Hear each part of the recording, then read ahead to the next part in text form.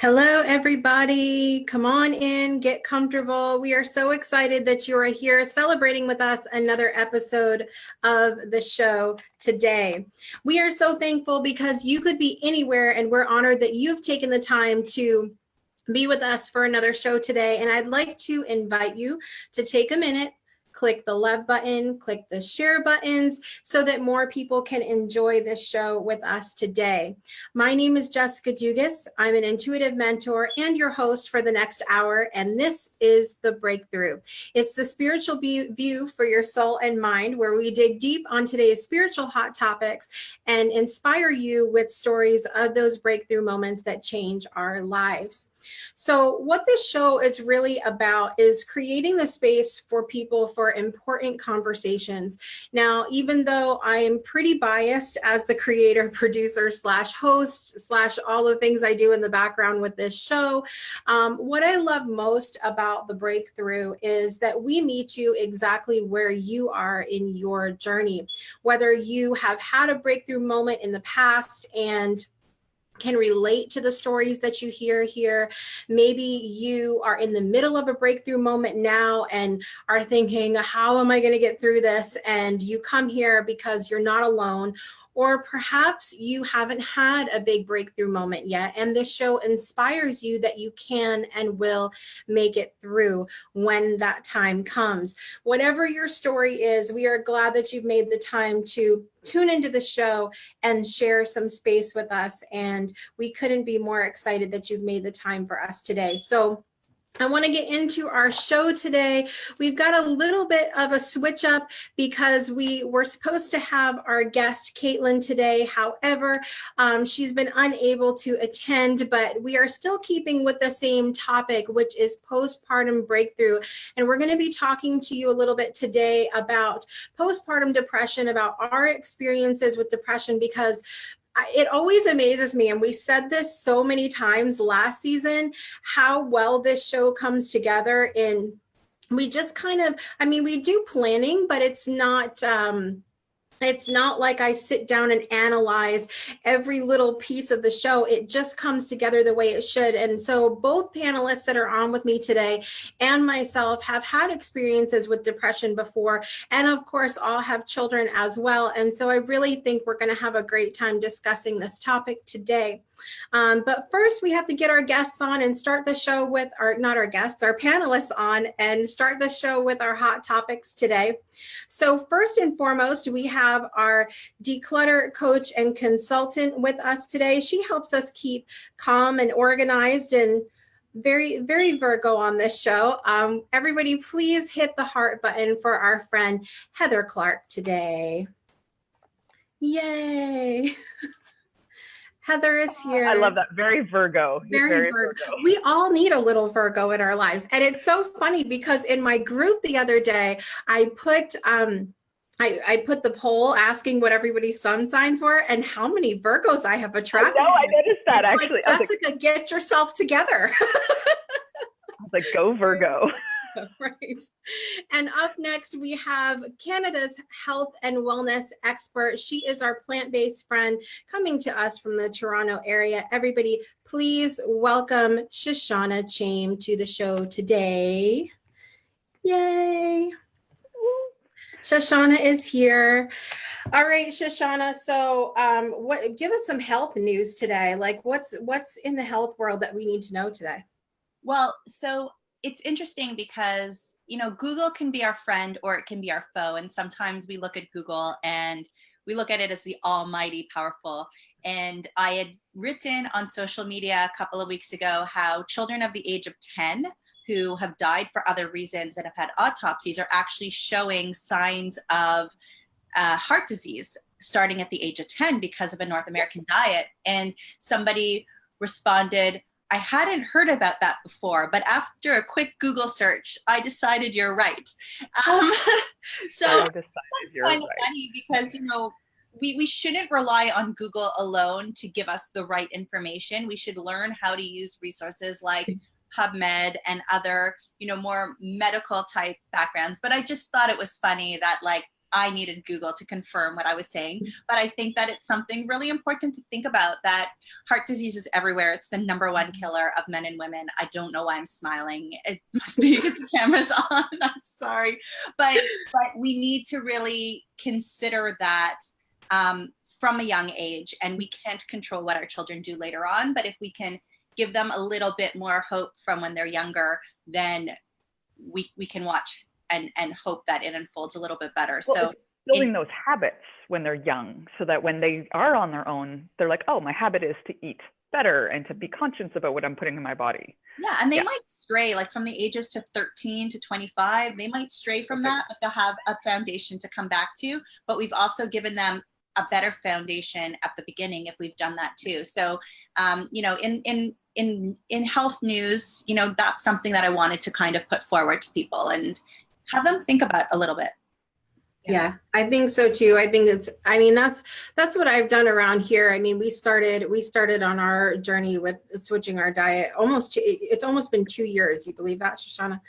Almost been 2 years. And even though it's our lifestyle and the way we live now, I give them little tidbits. Like if I learn something new that I think will help them continue this afterwards, I'm like, hey, look at this, or read this, or check this out, because it's something, because I'm still learning too. And I think that's important that we continue to learn as well, so that we can show them, hey, you should continue to learn and check things out as time goes on. So I think a big part of staying healthy is being able to juggle things, if you will, or balance things emotionally, mentally, spiritually, and physically. And that brings us to our hot topic for today.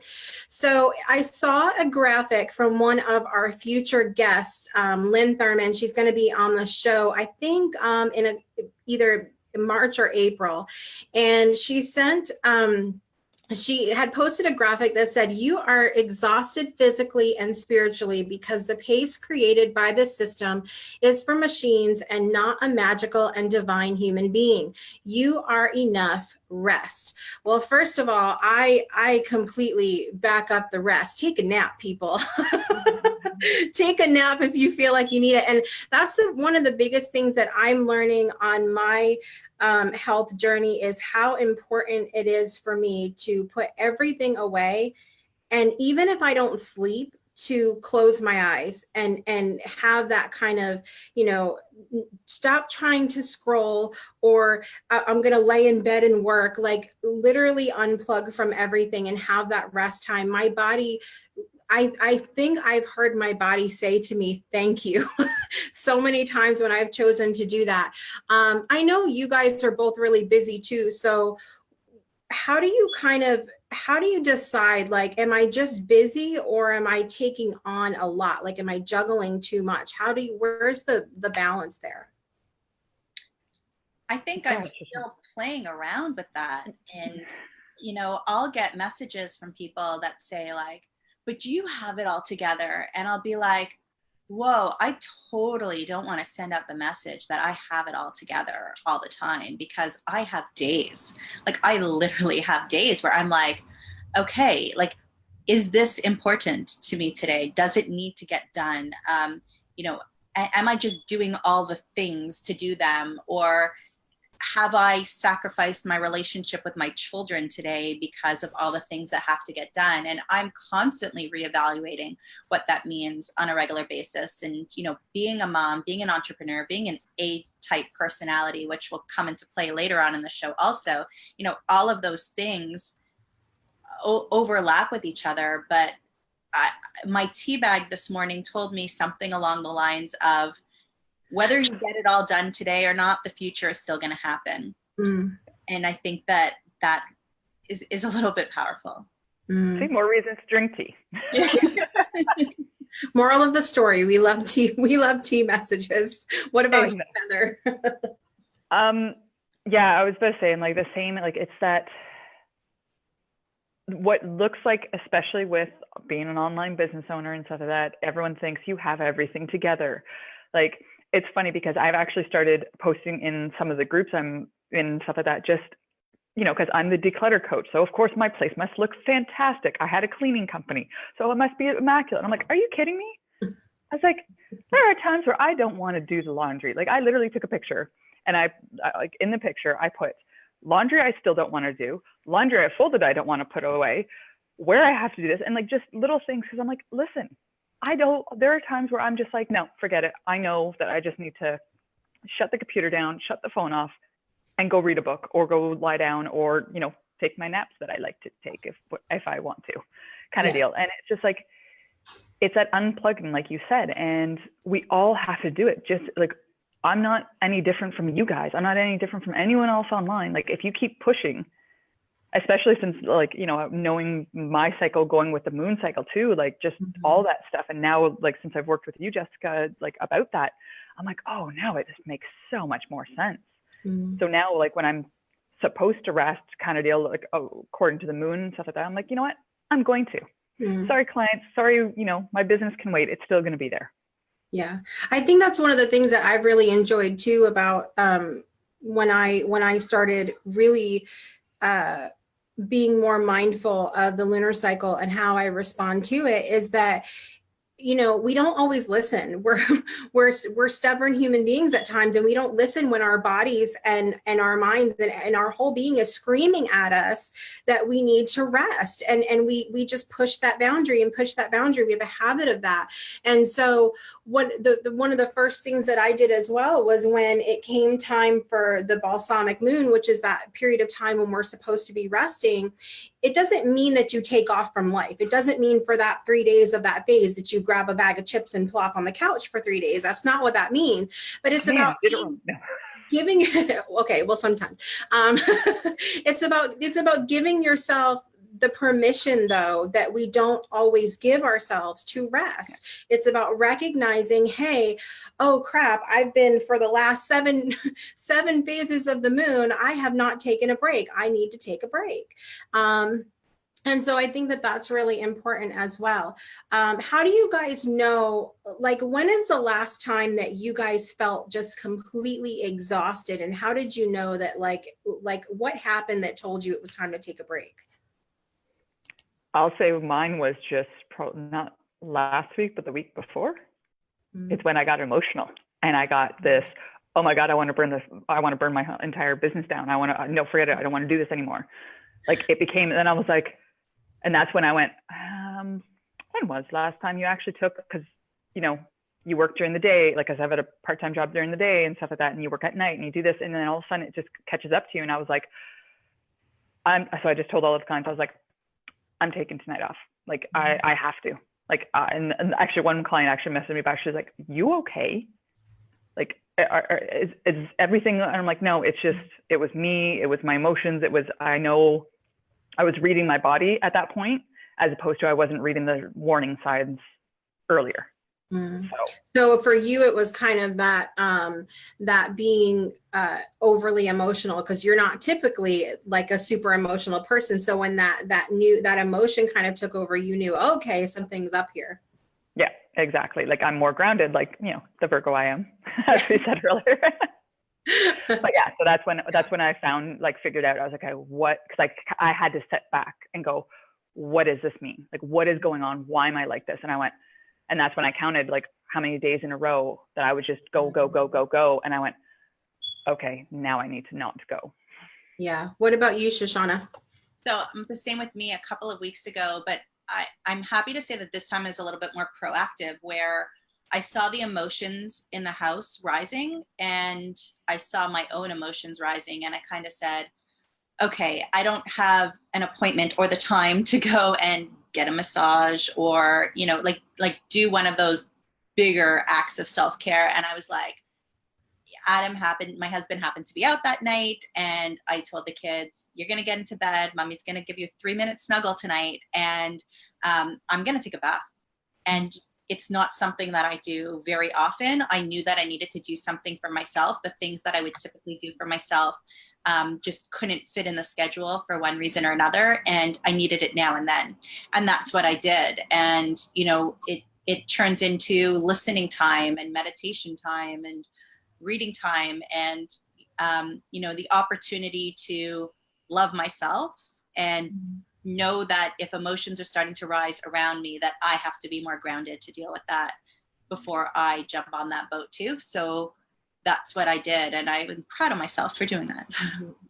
I think I would be proud of me too. I mean, that's really, I think being able to deal with it definitely, in the moment like that definitely helps quite a bit in switching our mindset and things like that. I actually asked the question on our breakthrough page yesterday, share a time when you have felt exhausted. And one of our favorite viewers, Angela Little, shout out to Angela, she commented and said that she had a moment last week where she felt really exhausted. She deals with a lot of physical issues, physical pain and stuff like that. And she said, typically though, she used to be really hard on herself and want to push through and want to and just keep going no matter what. And she said, because she has really surrounded herself with people that encourage her to implement self-care and to be better, to treat herself better, that she really turned it around. She added more self-care. She got out more. She reached out for help. That's a huge thing. Huge. Yeah. And she's really starting to come around and just she's feeling like herself again because she was able to turn that around. Now, the other thing that I wanted to talk about really quickly, I posted a funny this morning because it's Funny Friday after all on my page, and it said, well, if it isn't the consequence of my own actions. How do we stop ourselves from getting to that point of exhaustion? Like, how do we turn that around? Is there anything that you guys are doing now to be more mindful not to get to that point? So for me, it's always been about making sure that I have things in my daily schedule or weekly schedule to help me stay grounded. And so exercise is important to me. And sometimes I can't get up at 6 a.m. when my alarm goes off to get up and do it. And then I have a choice. I can get up and do work so that I can exercise later, or I can get up and exercise. And also eating healthy. Like for me, that's number one. I see a huge difference when I'm feeding myself with greens and colors and whole foods, as opposed to processed foods and extra oils and extra salts. It plays a big part on me. Sometimes I do it, and sometimes there's a consequence, sometimes there isn't. But generally speaking, I know what I need to thrive. And I've taken a lot of time to think about that and actually write down what I need to thrive. I love that. What about you, Heather? My morning routine, I'm getting like, and that's also when I know I'm about to hit that point, because I can track back, because I have a tracker in my schedule of when I've actually done my, my silence, my meditation, when I've done my reading, when I've done, like, I do savers. So I don't know if anyone knows what that is. Yes, you do Miracle Morning, right? By Hal Elrod. And yeah, so when I haven't done it that day, I know it's always how I start my morning. And when I know I haven't done it, because I'm like, oh no, I get up and I go do work, whatever. I'm like, this is not going to start your day very well. I'm like, let's just take it so that literally, even if it's like 5-10 minutes of the meditation, 5-10 minutes of everything else, whatever, that sets me up better than, just to go from literally waking up and stuff like that. So that's mine. What about you, Jess? What do you do? I love that. For me, it's really been about creating firm boundaries for myself. I tend to be a yes girl, like, you need my help? Yes. Okay. Yep. Be right there. And there's a couple things about that. The first is that obviously that's not always reciprocated. So sometimes I would think, okay, if I do this, it'll be okay because it'll be paid back eventually. That's not how it works. That's not how it works. It is not how it worked, how it's worked for me. And I've really had to listen to myself. And what kind of ties into this is Bruiser was saying, hi, Bruiser, people expect us to be superhuman and it's not possible. And so I think that for me, some of it's been about creating boundaries with people like that expect me to be something that I can't be, and that it's something outside of who I am. And so this year I've done really well with saying no and being mindful of my schedule and not booking, doing a show like this, I know for me takes a lot out of me in one day. So before I would do the show and I still had time in my schedule to take clients afterwards. Now I don't take clients on Fridays. And some people say, well, you only do the show on Friday. No. Do they not know the back end of this? Like, you have no idea the amount of energy that I put behind things. And so I have to kind of be okay that not everybody's going to understand the level of energy that I put behind things, and that's fine. And I'm still going to say no. I'm still going to say no. I think what we talked about earlier before we started the show was that sometimes we need to set boundaries without excuses, right? And we don't necessarily owe it to anybody to say, you know, maybe if you had a standing client every Friday and you're like, look, I really need to change things around, but it's okay. And we, you know, as moms, as entrepreneurs, as anybody, it's okay to just say, I'm not available to show up for you at this time. These are the times that I am. And then silence. Yeah, right?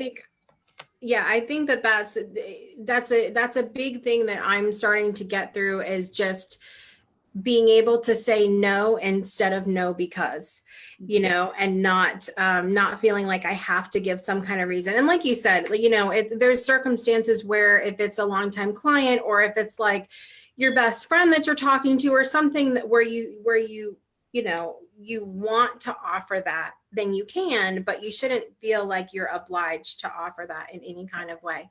But having said that, because I was a yes person too, very proud of you for taking that first step into being able to say no. Yeah. This is a progression. Oh, absolutely. I mean, that was huge for me, because I wanted to, my grandmother was like that too. She wanted to be able to help everybody that she could.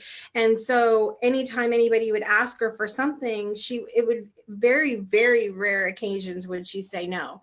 And so I feel like I'm at a point now where I am able to say yes, but not in sacrificing the things that are most important to me and things that are going to make me unhealthy in some kind of way.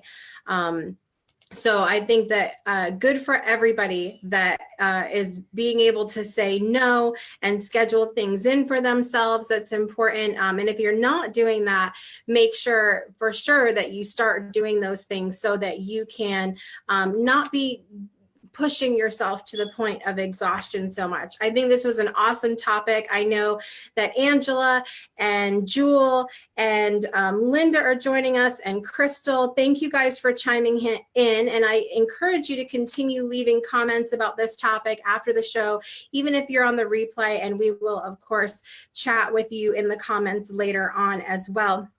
But I want to get to our main topic today. As I mentioned, we were supposed to have a guest today to talk about her experience with postpartum depression, but she was unable to make it today. But we decided that we would still be able to chat with you guys about this, because we're all moms. We've all dealt with, and I'm going to use air quotes here, depression in one way or another.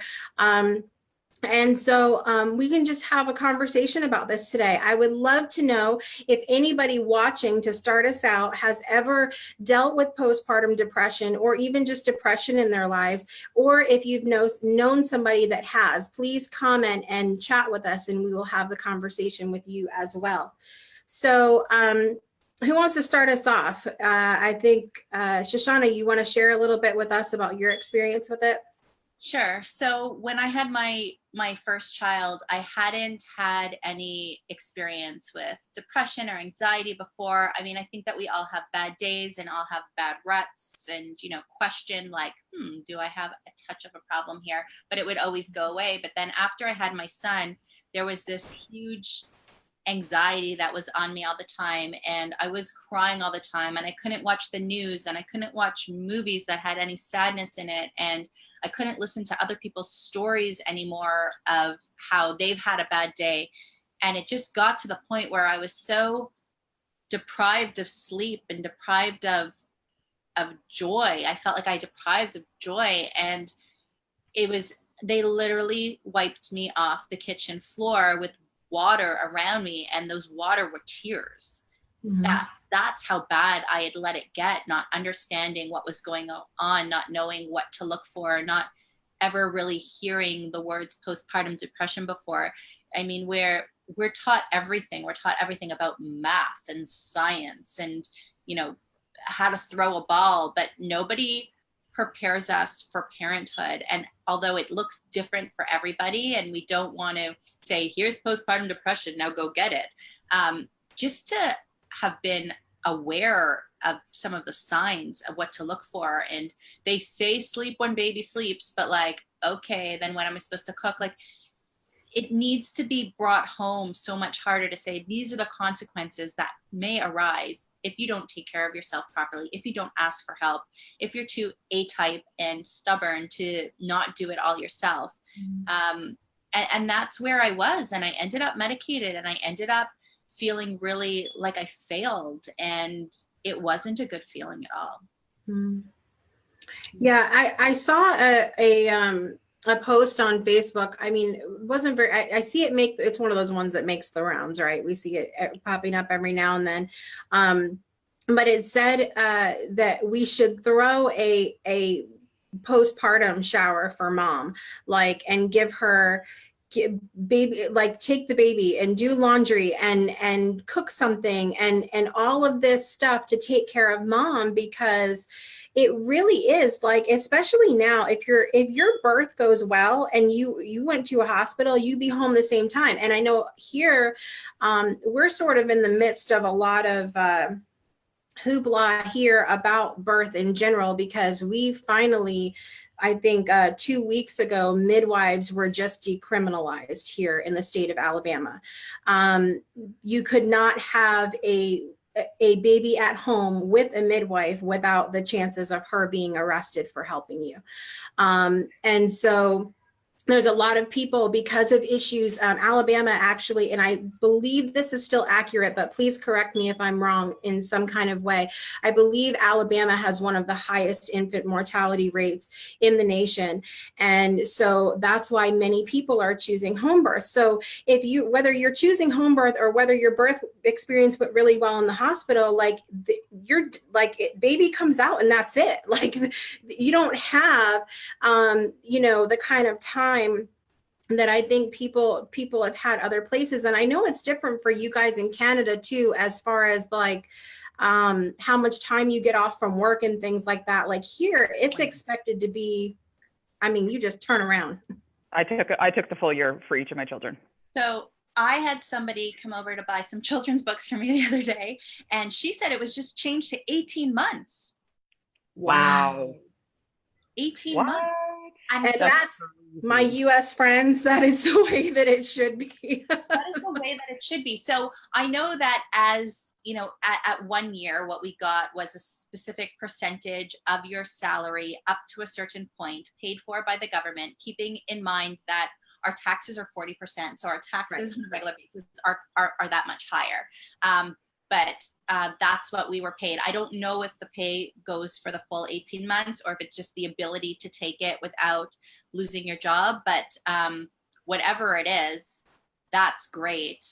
Well, yeah, because there's some places around the world that you get, 3 weeks? I was like, are you kidding me? I'm not paying my 3-4 child to somebody random. When I had Nina, so she's my third, that was the last time that I was working outside of the house. And I think now, granted, I had a very different work situation. It was only me in the office and I could bring her with me. However, I was back at work with a newborn 2 weeks later. Like that was. If you have cesarean, I don't think you can walk 2 weeks later. No, I was about to say, and she was with me. Yeah. I mean, she was one of my, out of 7 pregnancies, she was one of my easiest as far as recovery time and nothing going wrong during the birth and all of that. So I don't think, had some of the other issues that had come up in other of my pregnancy, labor and deliveries and all that, I wouldn't have been able to pull that. No way. No way. Angela is saying, my sister and I both took a prenatal course and there was very little talk of mental health and postpartum depression. No mention of postpartum psychosis that has affected our family directly. I have a goal to change that. We need to talk and show more support before birth. Yeah. And I think that that's huge. That's huge. We definitely need to, be supporting each other. And like you said, Shoshana, not necessarily coming out and being like, this is what it looks like and you're going to have it like here, kind of thing.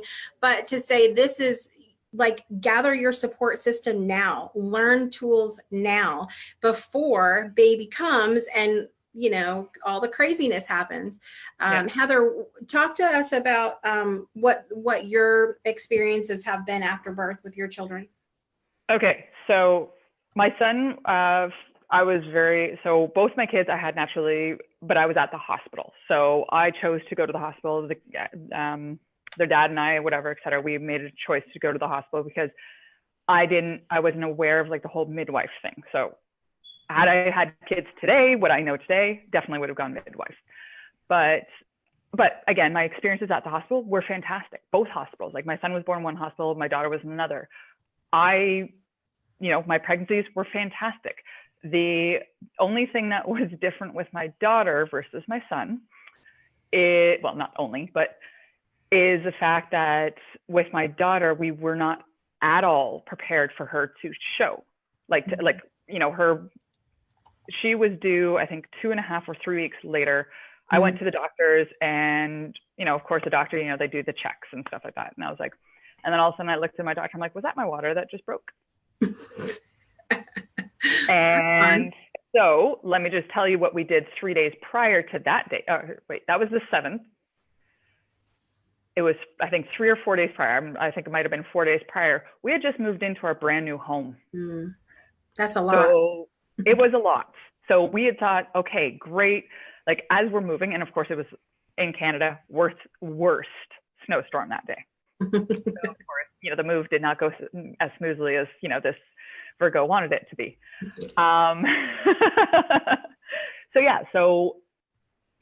March 4th, March 3rd, we were moving. March 7th, the only time I take my son with me to my doctor's appointment, my water breaks. And then I'm like, okay, so we're having a kid. Mm-hmm. And so her birth though, the pains that came from her were so much worse than him. Mm-hmm. So I think it just kind of threw me off, because I knew what I was expecting by that point. And I was like, okay, this is not at all what I'm expecting. Mm-hmm. But and then afterwards, we've got a house that had, we're still living out of boxes. Literally as I'm in the hospital, my family, God bless them, actually unpacked my daughter's stuff because we had it all still packed. Literally everything. I don't even know if I actually had a bag with me with her stuff in it.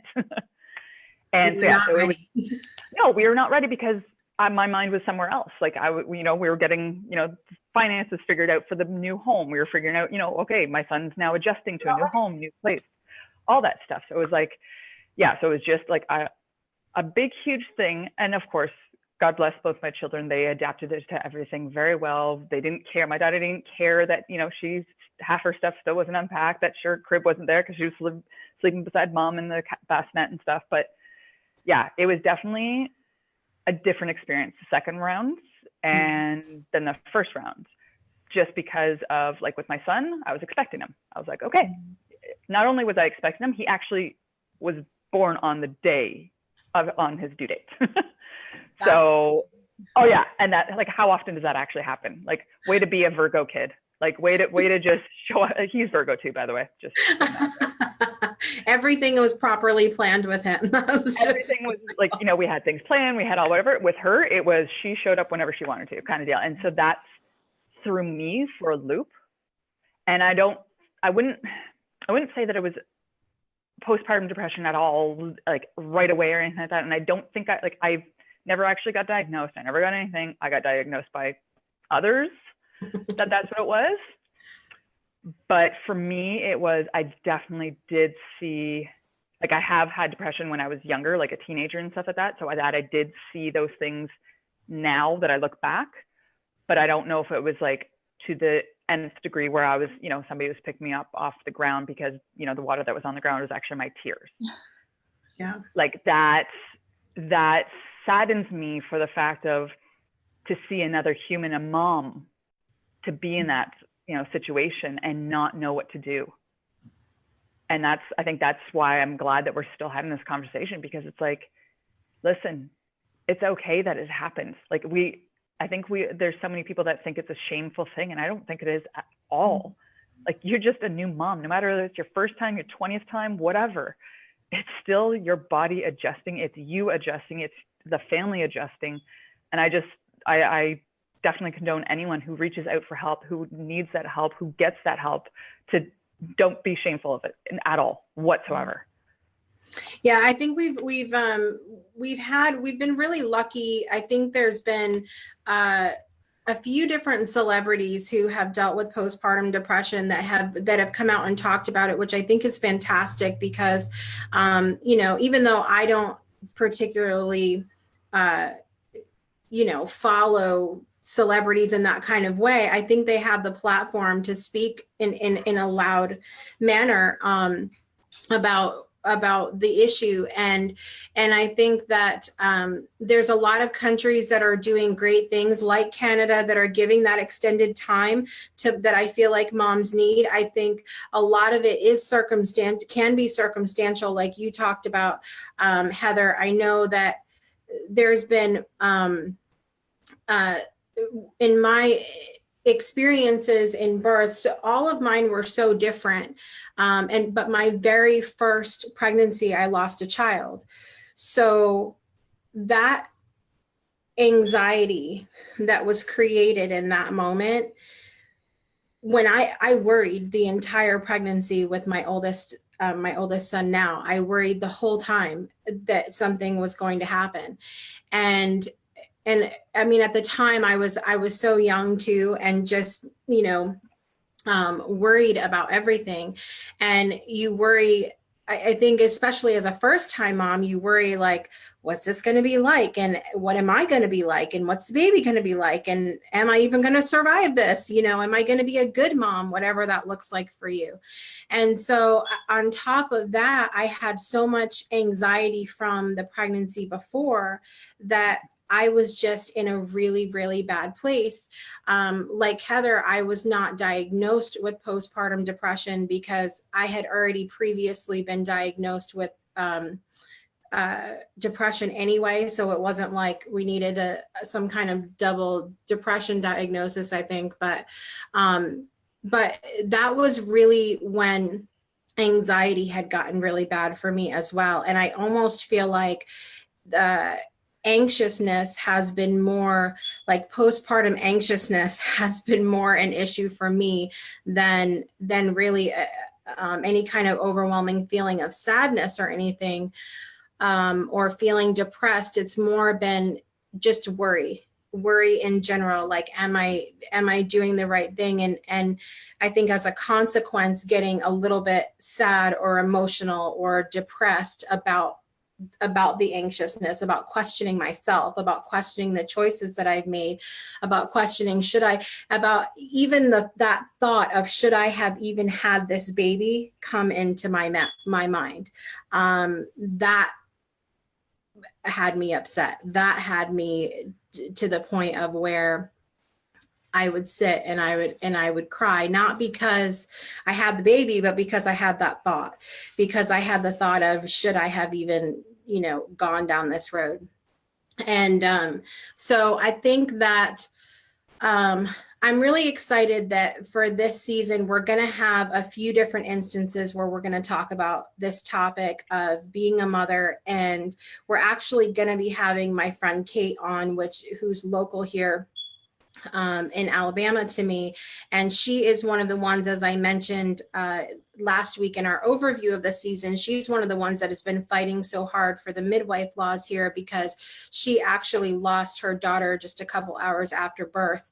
Her daughter was born and then she passed away. And she just had, I think last year, her rainbow baby, and had her baby in a camper in the woods so she could have a midwife. She crossed over state lines. And I mean, you guys wait till you hear her story. It's incredible.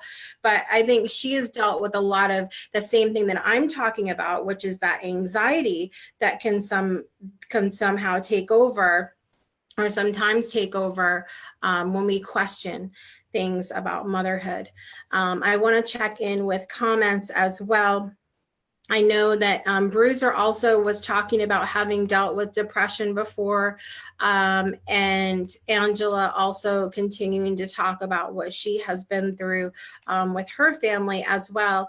I think if you guys had someone come to you now and say, you know, I just had a baby and I'm not feeling myself, like, what do I do about this? Like, what would be the direction that you tell them to go? What would be some of your things that you would share with them? Shoshana, you want to start?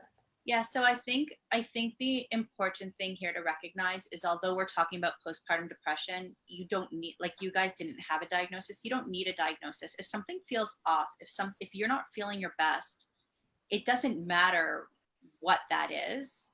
It matters that you take action to try to get help, right? And just because it's not postpartum depression, it doesn't mean that it's any less important to take care of than any other feelings or emotions. We're very hormonal after we have children. And I think that the number one thing that you need to do is you need to get support. So whether that support is from your partner, whether that support is from a parent, from a neighbor, from a friend, you need to talk about it.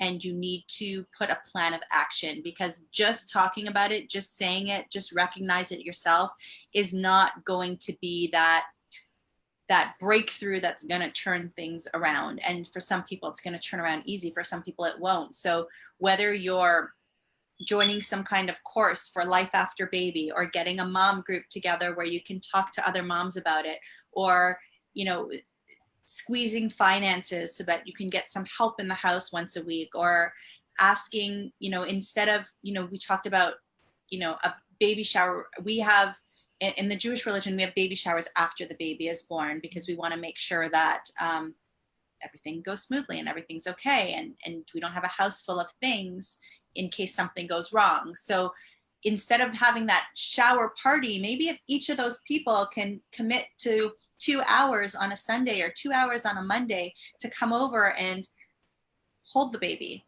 cook you a meal, fold your laundry for you, let you sleep while they, you know, shuckle the baby. Like, you know, whatever you need to do to get support, I would say do it. And that's going to look different to everybody. I love that. I think those are some great ideas for people that are maybe have had their baby and are feeling off in some kind of way. Heather, what would you talk to people about? Well, I'd like to, especially obviously the moms, and, you know, this whole breast is best versus formula versus whatever, and that struggle. Because I know, like, I've nursed both my children for well over a year, all that stuff. It was great. It was fantastic. My one friend's, you know, her son would just, like, you know, it was one of those things where she actually called me. Like, I remember, like, driving home using my Bluetooth, because don't worry, it's illegal to be on your phone. And she was actually, like, in hystericals, because she's like, I can't do this. I don't know what I said, you know, it's okay that you don't nurse him, right? And she's like, what do you mean? I was like, if it is such a struggle for you and your baby where you're stressed out, he is going to feel that stress off of you, and he's also going to be stressed out. It is okay to not nurse. Now, of course, I'm probably going to get slack for that and blah, blah, blah, etc. Whatever. Guess what? Your mental health as the mom who's taking care of that little one is so much more important than what anyone else says that you're feeding them formula versus breast. So that is my biggest thing to them, because that goes hand in hand. That's part of the reason why a lot of moms get so depressed, because they feel like a failure because they can't feed. There's some women, like in my life, that literally could not breastfeed their children. Their milk was not coming in, anything like that. So that's my biggest thing. That was my lesson. Like, that was my topic for them that, yes, I was able to. Great. It was perfect. I'm glad I was able to, because I was also trying to move at the same time, or trying to like unpack boxes with my daughter. Thank goodness something was easy for you. Exactly, right? Something had to be easy then. But that's the thing. Like, I want any woman out there and any man who's watching this that has a wife or mom or anything like that, to know that whatever it is, the mental health of both mom, dad, and children is so much more important. And there are so many options out there today, like natural options, whatever. Yes, obviously, you know, breast milk is the most natural option, but actually there are some people that are actually even allergic to breast milk. Mm-hmm. I found that out too, that was a thing. I was like, I didn't even know that was the thing. But yeah, so like that is the biggest thing, is don't, make sure your mental health is intact, like it is well, and don't force something that, you know what, just because society says kind of deal. Yeah, I would agree with you from that. And I can speak to experience, because I actually was training to be a lactation consultant for a while.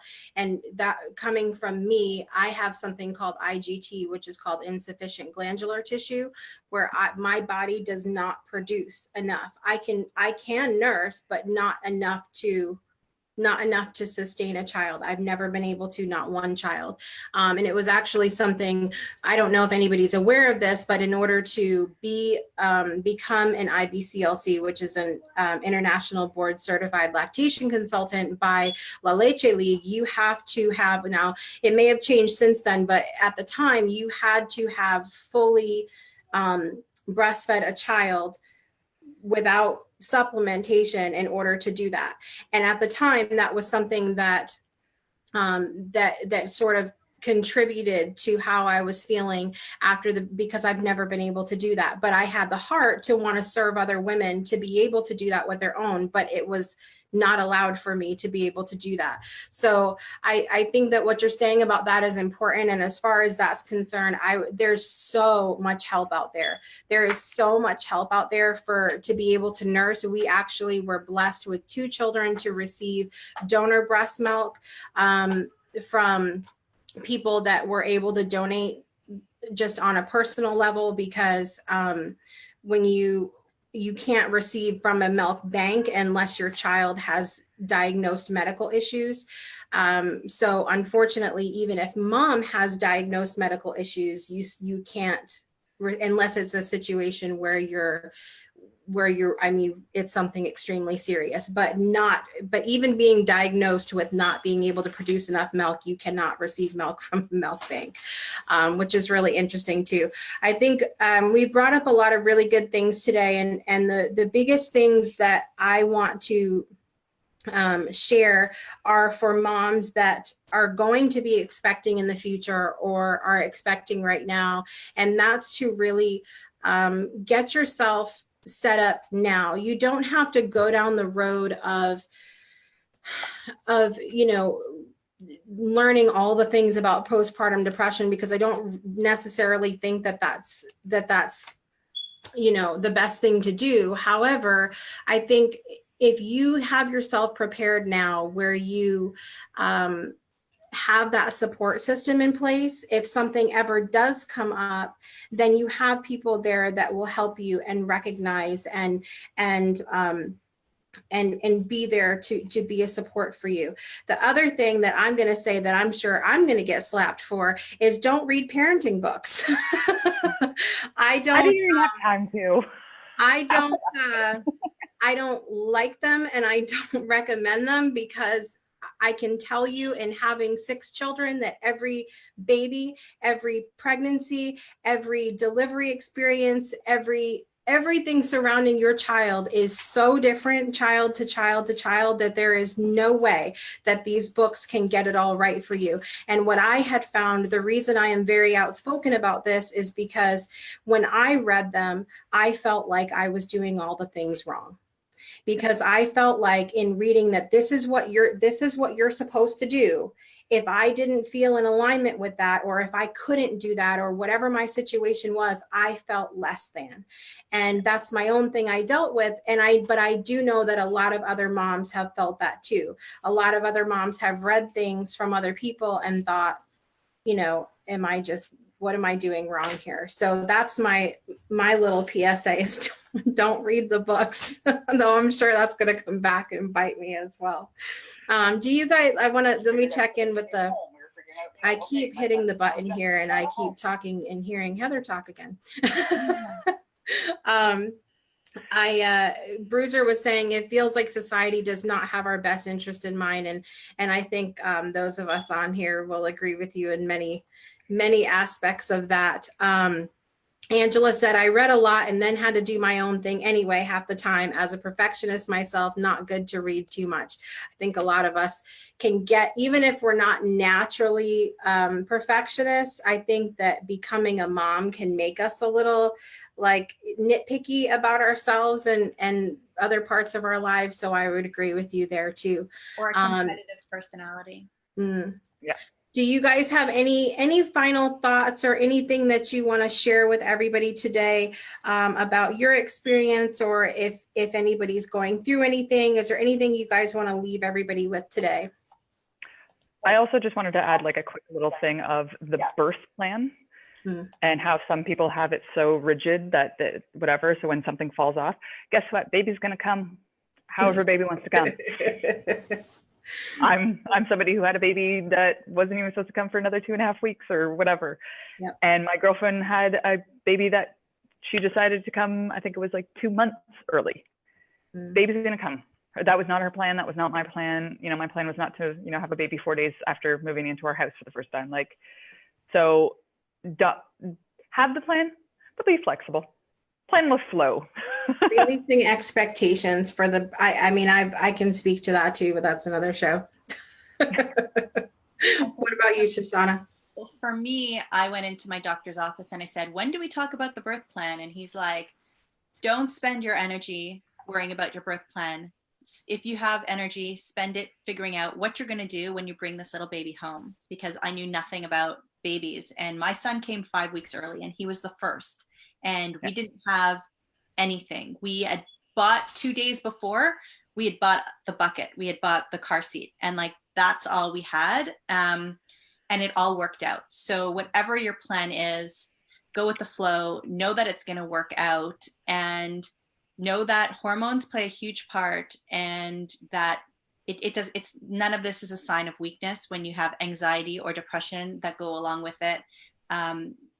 It takes a village, so use the village. Don't feel like you need to take it all on yourself, because you're going to have plenty of more uphill battles to fight as your children get older. So enjoy the time and use the help. Yeah, we're not going to talk about which one of us has a man child that's about to be 18, and I can't. That's another show, folks. So, and how my other one got their phone taken away yesterday. That rivals the toddler. I just saw a meme about that too. That rivals the toddler tantrum, something serious when you take away that teenager's phone. Let me tell you. I will take your word for it. I hope to, I'll get that next few years, I'm sure. Yeah, it's a good time. Angela's thanking us for talking about taking a village and appreciates our support today. I have to laugh at her comment. She said, I had a big bag of lotions, etc., for my husband to massage me, and then I wouldn't let him near me. Birth plan out the door. So we love that too. We love that too. I think it's so important to know what you want in birth and to stand up for what you want, but it's also just as important to go with the flow and release that expectations and know that in pregnancy, whether you're in pregnancy, in labor, in delivery, in birth, in raising that child, you are enough exactly how you are. And if you feel anything less than enough, then reach out to someone, have that support system in place. And I know that all of us here on the show, even the ladies that have not joined us today, everybody on the show has children at home. And so if you ever need just another mama to talk to, you can reach out to anybody here and we'd be happy to hold that space for you while you need support. So we have come to the end of the show, and we've done pretty good with us here today. I think we did pretty good. Yeah. I'm proud of us today. Plan with flow. We had a plan, but we went with the flow. That's what we did. We threw the expectation of what was supposed to happen today out the window, for sure. But I'm really excited that you guys spent some time with us today. I want to give a big thank you to everybody who joined us: Jewel, Angela, Bruiser, Crystal. Linda was here for a minute as well. Everybody that's jumped in, and of course, all of you that are going to join us on the replay.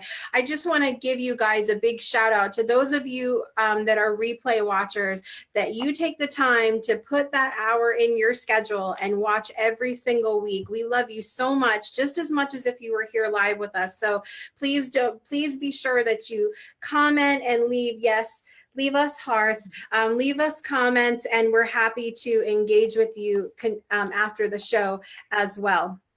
And so I want to talk to you a minute about next week. So next week's show, and I'm pulling up my information really quick here for you guys. Next week's show, we have my friend Katerina Stomska, and she is going to be talking to us about rediscovering your self-worth. We're going to be talking about self-worth and self-love and the importance of discovering that. We're going to be having two panelists on next week, Miss Lori Ann Davis and Miss Siri Ridenauer, and we're going to be having a hot topic conversation about intuition improving with age, which should be a fun conversation to have. So I'm really excited about that as well. And I hope you will join us next week. I want to give a big thank you to our panelists today: Heather Clark, our declutter coach and consultant, helping us to stay organized and grounded through our breakthrough moments, and helping us to remain healthy and energetic and vibrant, Canada's health and wellness expert, our plant-based health and wellness expert, Shoshana Chaim. Thank you both so much for being here. And I want to invite you back next week, same time, same place, at 12 p.m. Central, 1 p.m. Eastern time, and we will see you guys next week. Bye, everybody.